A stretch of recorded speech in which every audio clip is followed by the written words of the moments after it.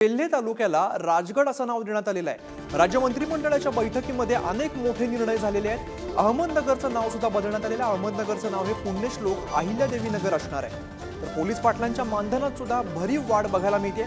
महिन्याला 15,000 रुपये मानधन जाहीर करण्यात आलेलं आहे। तसंच श्रीनगर जवळ महाराष्ट्र राज्य अतिथीगृह सुद्धा बांधलं जाणार आहे। तसंच कोल्हापूर सांगलीतील पूर नियंत्रणासाठी जागतिक बँकेचं सुद्धा अर्थसहाय्यता मिळणार आहे। 3,200 कोटींचा हा सगळा प्रकल्प असेल। राष्ट्रीय आरोग्य विभागातील कंत्राटी कर्मचाऱ्यांना सुद्धा सेवेत घेतलं जाणार आहे। तसंच मंगळवेढा उपसिंचन योजनेमध्ये मान्यता मिळालेली आहे। तसंच त्याचा 35 गावांना लाभ सुद्धा मिळेल। अशा सेविकांच्या मानधनात सुद्धा 5,000 रुपये वाढ करण्यात आली आहे। तर मुंबईतील 8 रेल्वे स्थानकांची ब्रिटिशकालीन नावं सुद्धा बदलली जाणार आहेत। उत्तन विरार सागरी सेतूला सुद्धा या दरम्यान मान्यता मिळालेली आहे।